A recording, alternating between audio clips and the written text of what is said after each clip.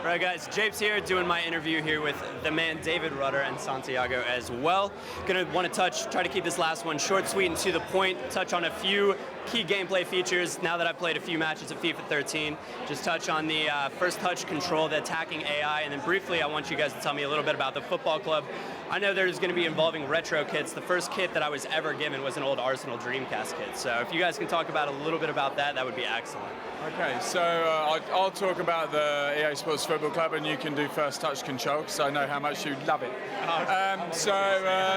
So as you remember, last year we launched EA Sports Football Club, a live service that kind of we wanted to be the heartbeat of FIFA. We've had massive success there, huge numbers of fans joined, and tons of people playing the challenges, which is great. It allowed you to connect to your friends, see their news, connect to your club with the support your club feature, and as I say, live kind of moments from real football matches. So what we wanted to do was kind of reward our fans for all their kind of dedication this year in FIFA. So this year into next, in FIFA 13, you'll take your level, you'll take all your experience points and bring them into FIFA 13, so you'll still be the same level.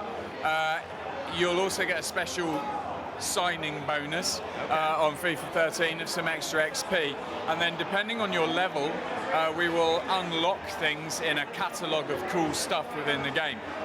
And then you can kind of spend your experience points, if you like, on this catalogue to redeem things in there. Yeah? Yeah. So what club are you supporting on Football Club?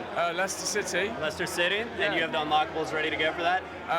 Well, I will have when I get FIFA 13. All right, fair enough. So Santiago, we'll briefly go back to the first touch control, which I think is excellent. Playing the first couple matches, I know I've got a bit of a footballing background myself, and so I want to take the ball into open space to begin with there. It's slowed down gameplay. It makes it feel more realistic.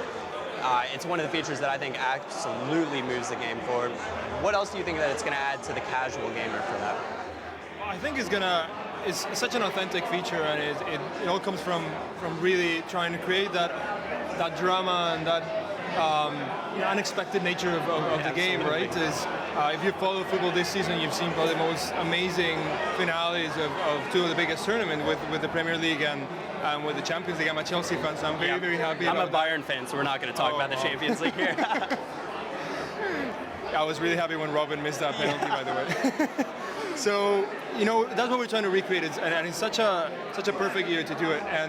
And ball control has been in FIFA very much the same for many years now, and it's one of those things that despite changing all these other parts of the game, and despite actually improving the trapping system quite a bit, it still lacked the personality and the context to really make it intelligent and make it authentic and realistic and create drama out of those situations. So in FIFA you could boot a ball 40 yards and your defender could just bring it down, no problem. So at the moment that ball is going over the midfield towards the defender, both teams know that nothing's going to happen out of that. The defender's going to bring it down, and then he's going to have the ball, and whoever he passes it to is going to bring it down perfectly.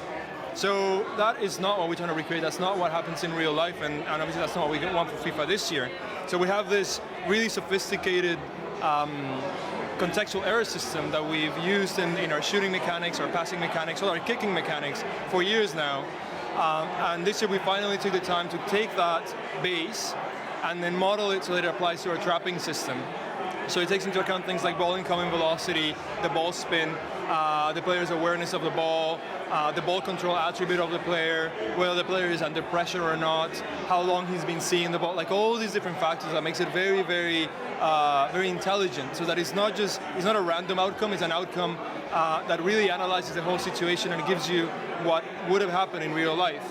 And so it makes you think now as a gamer, when you want to play these balls that maybe would have been successful all the time by playing maybe a lofted through ball that goes 30 yards, and you expect your striker to always bring it down perfectly.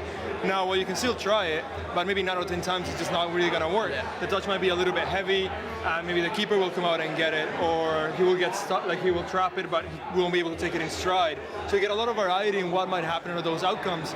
So now you playing the game are going to have to come up with different ways of trying to create your plays and really try to kind of play the probabilities. And if you see Barcelona, they don't force players to do things that are going to be too difficult.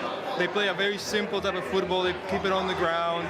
and they wait for the very last chance to really play that killer pass, because they know that if they just played the British football of just booting it up the field all the time, you're not really playing your chances right, and it rarely comes out the way you expect it. So you think a gamer's football IQ is going to kind of come into play with that as well? Yeah, absolutely. Yeah, which is very, very exciting with that.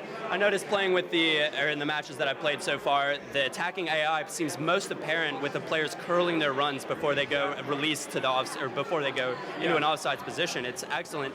It seemed to actually take more of a precedence with Barca players versus some of the other teams that I've played with. I don't know if that was one of the things, that their attacking IQ or their attacking work rate is kind of one of those things, but it was an excellent feature that seemed to make it more realistic and create actually space, opening it up as attacking options moving forward. Yeah, it's a big deal for us. So I think it was one of the first features that we got into gameplay this year, and I think the minute it went in, it was that oh wow moment on the team where you're like, finally, I'm in the final third and I've got some help. There are and yeah, after playing FIFA 12 to death, it was I think that lack of support in attack was something that our fans fed back quite vocally about. It was something that was frustrating them, and thankfully that problem is gone. It probably needs toning down a bit at the moment. It's a bit over attacking, but I mean we've got 6 months to figure it out. So the idea really being, if a player wants to get to a place, he should be going for it and really driving into that attack. As you say, curving runs to stay on side, but also opening passing channels and having the ability to go, I want to get the other side of that player, and not going, oh, he's in the way, I'll go 45 degrees either side, but actually run round that player and keep going. And then I think probably the more subtle but almost the most apparent thing when you realise what's going on is the thinking two plays ahead part of attacking intelligence this year. The fact that players can see what's happening and kind of predict where they think the play might go and start joining in a play that hasn't yet happened.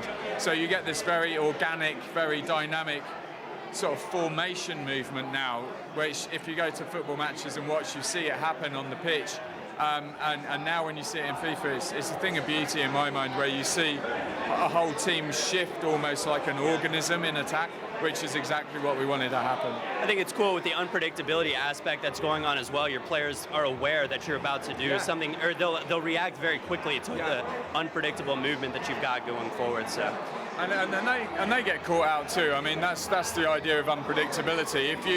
If you are doing something and your team thinks you're going to do something with that thinking two plays ahead, and you don't, then obviously they're then out of position, the counter-attack happens, all of those kinds of things, which is what real football's about, and that's what we wanted.